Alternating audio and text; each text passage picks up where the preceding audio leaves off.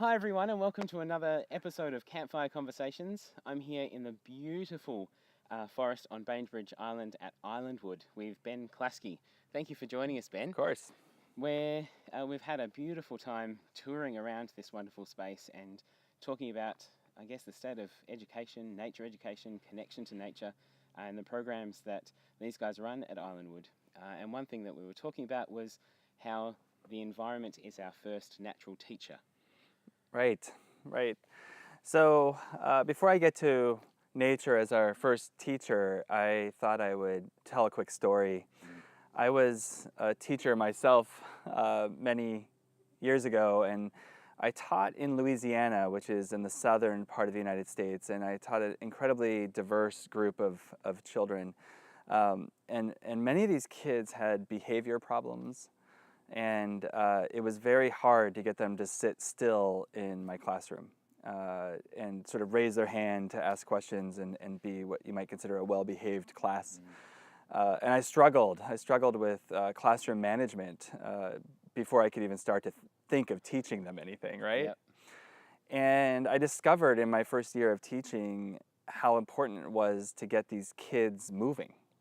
And the more I could get them up from their seats and outside doing real world learning versus sort of made up storybook learning, they came alive. And many of the kids who were the most challenging to work with just flipped and became very different and actually became the leaders of the classroom when they were outside. So I think one important reason of thinking of nature as a teacher is because it creates this incredible backdrop to get kids in their element, not sitting on their hands and trying to behave, but actually coming alive where humans are meant to be, which is outside. This phrase, nature as teacher or as our first teacher, is something that we speak about at IslandWood a lot.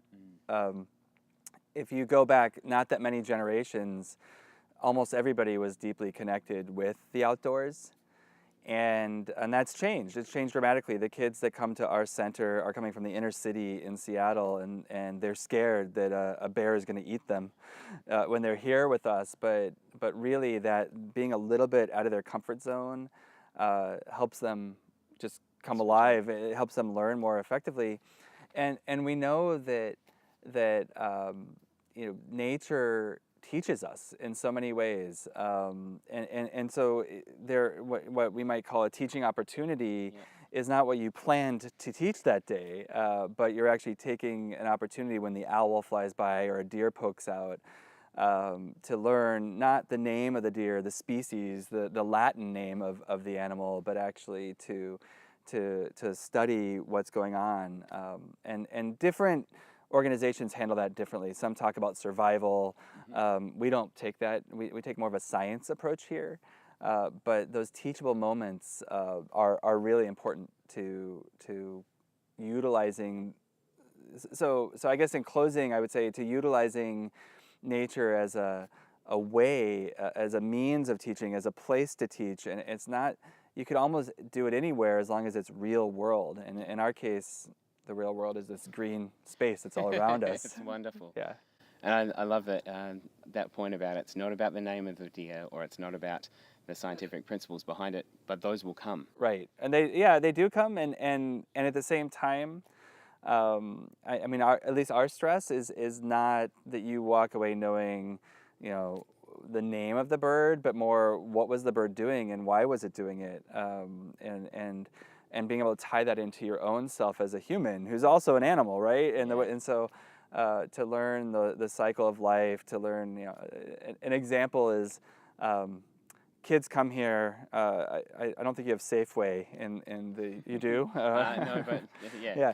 Safeway is a big grocery store in the United States, and kids come here thinking that food comes from Safeway. Yeah. They don't realize where food comes from or what happens with our waste, and so we have this process of just in the outdoors showing kids where food comes from and also helping them see where it ends up when you're done with it. And same thing, like when you flush a toilet, what happens with your waste? Kids don't know what happens.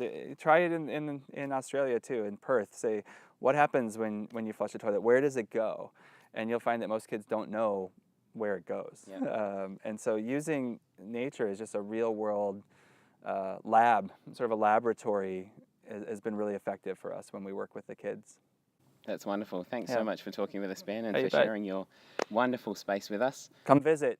We definitely will again. Thank you very much for joining us, and we'll see you next time. Yeah. Thanks for the opportunity.